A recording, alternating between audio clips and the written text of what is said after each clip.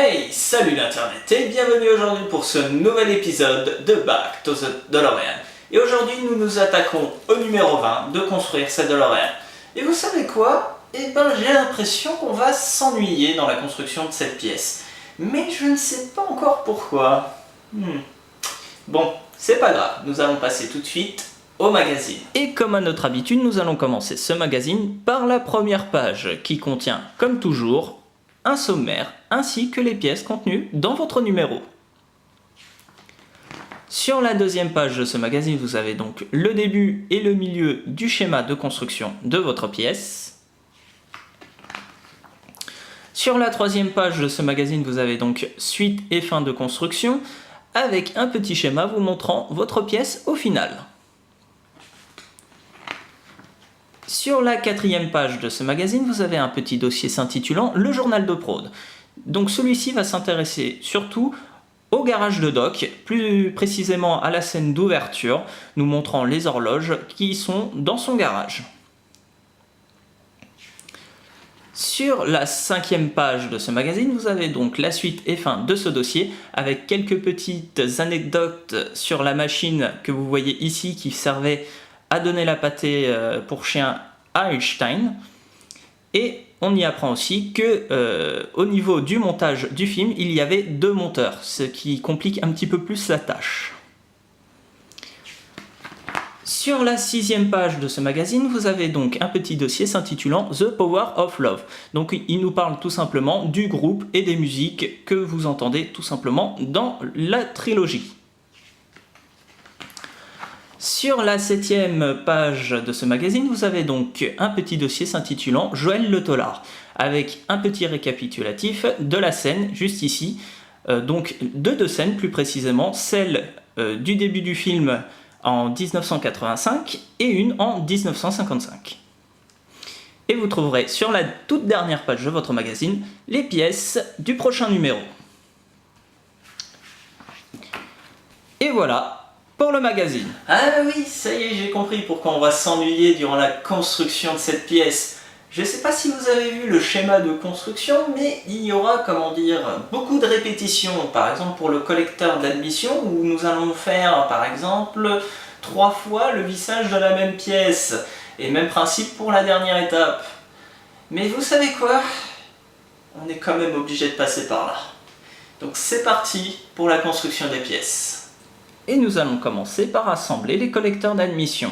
Pour cette première étape, vous aurez besoin des deux parties basses de votre collecteur d'admission, ainsi que la partie du milieu de votre collecteur d'admission.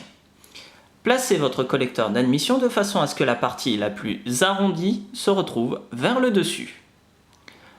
Placez votre collecteur d'admission de façon à ce que la partie la plus épaisse se retrouve vers le bas. Placez-la de cette manière, puis retournez-la, tout simplement. Une fois cela fait, placez une vis de type AP dans le trou correspondant au positionnement de votre pièce.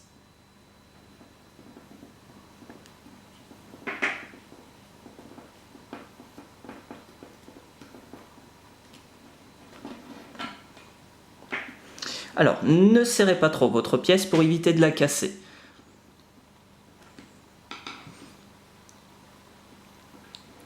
Puis pour la deuxième étape, placez le deuxième.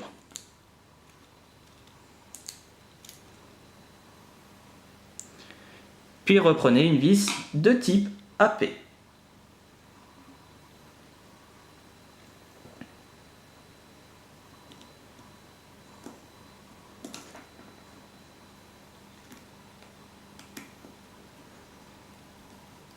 Alors même principe que pour l'étape précédente, ne serrez pas trop votre pièce pour éviter de la casser.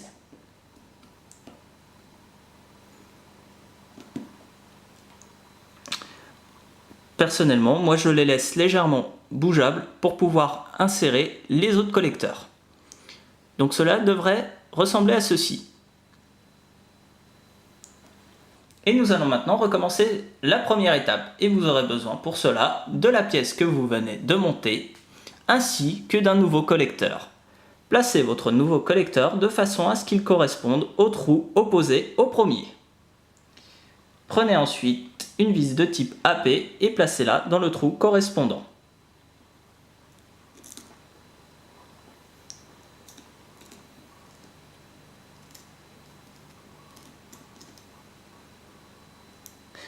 Puis vissez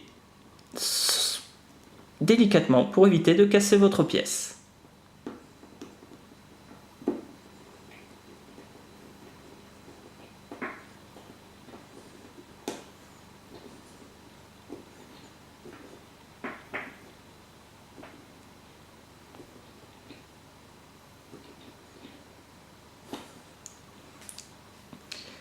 Puis placez votre collecteur sur la deuxième partie basse de votre collecteur, comme ceci. Puis avec une vis de type AP, vous pourrez visser dans le dernier trou.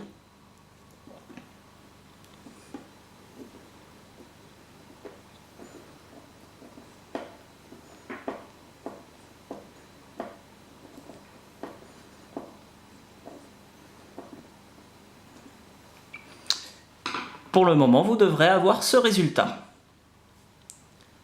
Alors, petit conseil. Je vous invite à serrer légèrement toutes les vis que vous venez de poser pour bloquer légèrement votre pièce. Et nous allons maintenant recommencer la première étape pour la dernière fois. Récupérez la pièce que vous venez de monter et resserrer. Puis vérifiez que les deux parties se trouvant ici et ici sont identiques. Prenez ensuite un nouveau collecteur et placez-le dans les trous restants. Puis retournez votre pièce et placez-la de cette manière sur une table. Puis placez une vis de type AP dans l'un des deux trous correspondant à votre pièce. Puis serrez délicatement.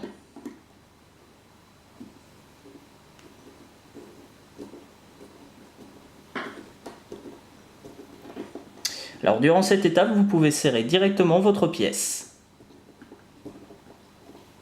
en faisant attention de ne pas la casser. Puis placez une deuxième vis dans le deuxième trou, se trouvant à l'opposé.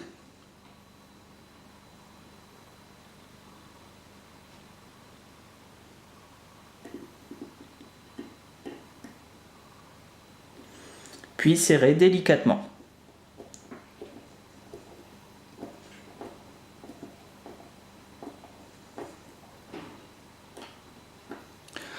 Et voilà le résultat.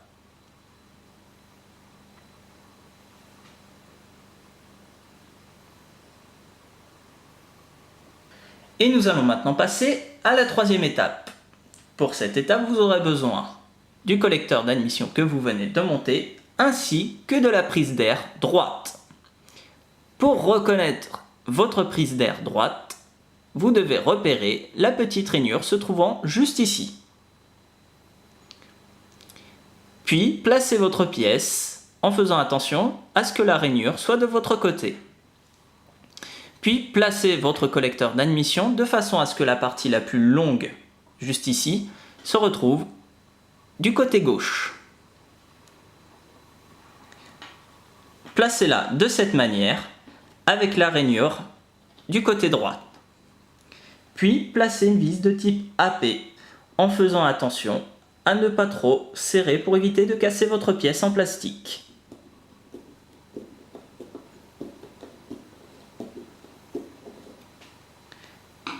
Puis placez une deuxième vis de type AP dans le dernier trou correspondant à votre pièce.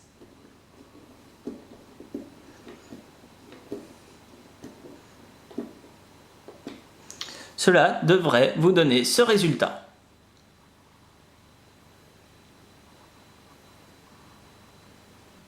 Et pour la troisième étape bis, vous aurez besoin du collecteur d'admission que vous venez de monter, ainsi que de la prise d'air gauche.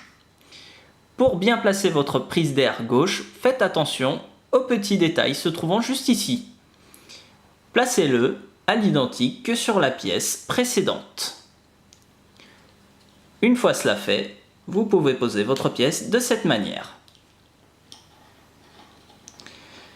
Puis, comme pour la troisième étape, replacez une vis de type AP dans l'un des deux trous, en faisant attention à ne pas trop serrer pour éviter de casser votre pièce.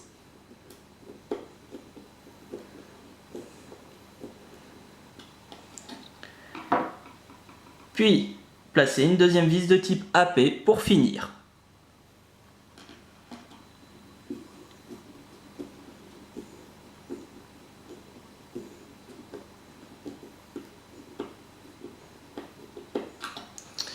Et voilà le résultat.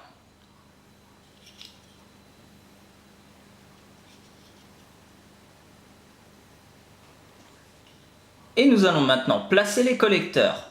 Pour la première et deuxième étape de ce montage, vous aurez besoin du dessus de votre moteur de l'épisode précédent, ainsi que de la pièce que vous venez de monter.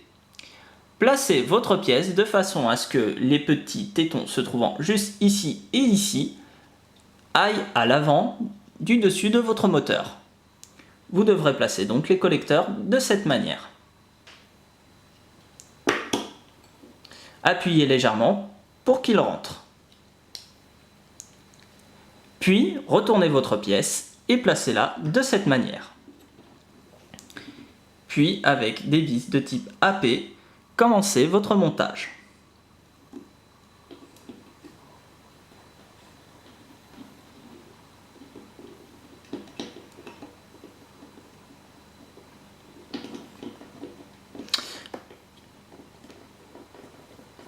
Alors, faites attention à ne pas trop forcer sur votre pièce pour éviter de déformer la durite.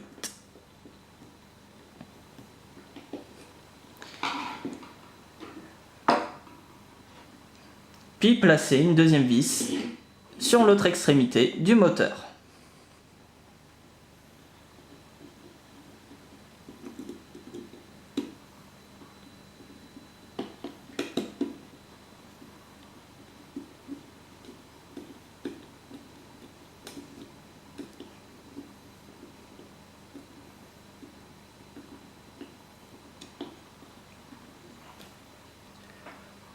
Puis continuez en mettant une vis à l'autre extrémité. Même principe, ne forcez pas trop pour éviter de casser la durite.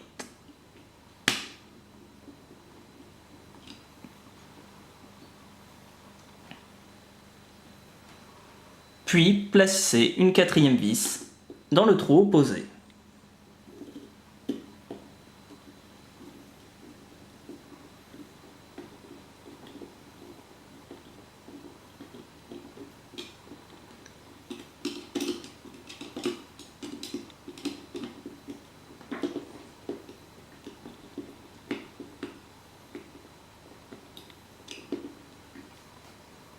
Puis, placez une cinquième vis. Il est à noter qu'il n'est pas obligatoirement nécessaire de serrer toutes vos vis du premier coup. Vous pourrez le faire une fois toutes les vis placées.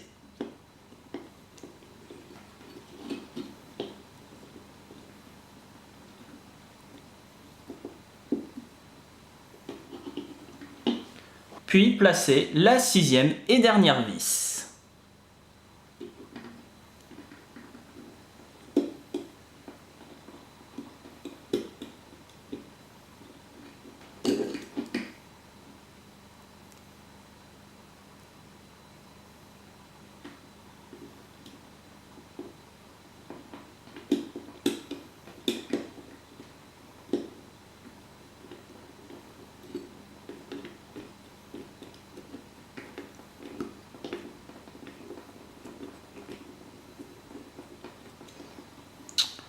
Et voilà le résultat.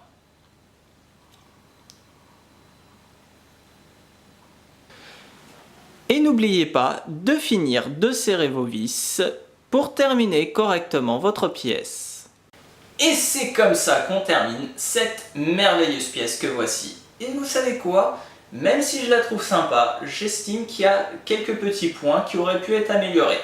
Comme par exemple la partie des prises d'air se trouvant juste ici qui aurait pu être en métal. Parce que effectivement c'est bien d'avoir du PVC plastique, Mais le problème du plastique, c'est que ça a tendance à être extrêmement fragile. Et quand vous montez une pièce en vidéo en étant assez loin de la dite pièce, et ben vous avez tendance à avoir peur de casser votre pièce. Ce qui a été mon cas pour l'un des collecteurs qui a sa vis qui est partie de travers et que j'ai cassé tout simplement. Mais avec un petit point de colle, comme vous pouvez le voir, et ben la vis a l'air de tenir. Et d'ailleurs, hop, le collecteur ne bouge pas.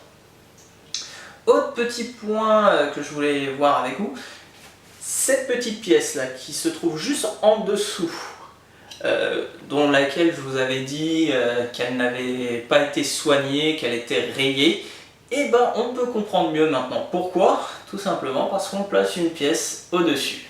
Et je trouve ça dommage que le soin ne soit pas apporté pour chaque pièce de cette série de construire sa DeLorean.